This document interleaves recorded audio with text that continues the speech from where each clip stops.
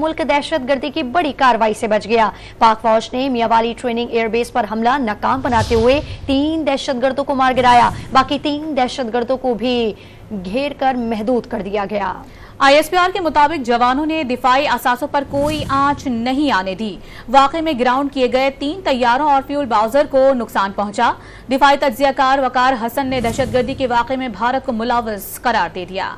अमन दुश्मनों को एक बार फिर मुंह की खानी पड़ गई। पाक फौज ने मियांवाली ट्रेनिंग एयर बेस पर दहशत गर्दों का हमला नाकाम बना दिया। वतन के मुहाफिजों ने बरवक्त और भरपूर जवाबी कार्रवाई करके दहशत गर्द मार गिरा दिए। ISPR के मुताबिक हमले में बहादुर फौजी जवानों ने दिफाई असासों पर कोई आंच आने नहीं दी। वाक़े में ग्राउंड किए गए 3 तैयारों और फ्यूल बाउजर को नुकसान पहुंचा। दिफाई तज्जियाकार ब्रिगेडियर रिटायर वकार हसन ने दहशत गर्दी की नई लहर के पीछे भारत का हाथ करार दे दिया। टेररिस्ट एक्टिविटी पिकअप क्यों कर रही है? एनवायरनमेंट पैदा की जाए कि एक इनसिक्योरिटी का परसेप्शन बने और जो deflect to attention from inside what is happening in India, उनके साथ जो डिप्लोमेटिकली हो रहा है। अभी कतर ने उनके 8 अफरान को फांसी की सजा सुनाई है।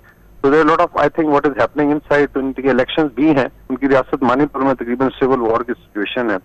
इस तरह खालिस्तान की मूवमेंट पिकअप करी। ब्रिगेडियर रिटायर वकार हसन ने ये भी वाज़ेह किया कि भारत ऐसी गैर यकीनी की सूरत हाल के जरिए अपनी अंदरूनी खाना जंगी की सूरत हाल और आलमी सतह पर सिफारती रुसवाई के मामलात से दुनिया की तवज्जो हटाना चाहता है।